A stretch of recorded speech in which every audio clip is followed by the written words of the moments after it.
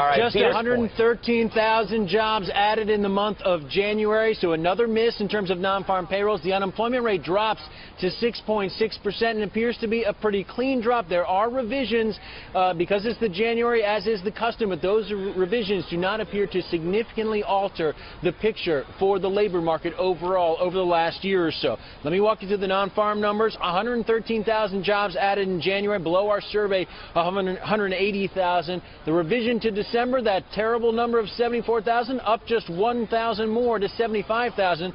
There was a 33,000 job addition to November, so it was revised up to 274. The three-month average now 154,000 jobs. The 2013 average, for some perspective, 194,000 jobs. Weather was perhaps somewhat of a factor in January, but not as big a factor as it was in December. Now again, the benchmark revisions here, the seasonal revisions, first of all, they had another 136,000 to jobs in 2013, but those benchmark revisions that we were looking at, the annual ones, the impact was minor, according to the Labor Department, once you factor in a host of issues. Now, the household survey, again, we dropped to 6.6%, down from 6.7%.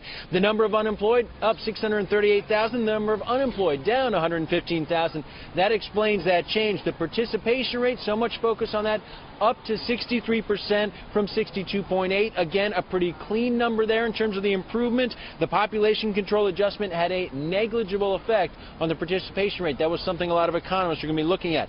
Again, U6, an important number here, total unemployed, including those marginally attached to the labor market, it is down to 12.7%, down from 13.1%. That's a pretty significant drop. Who was hiring in the month?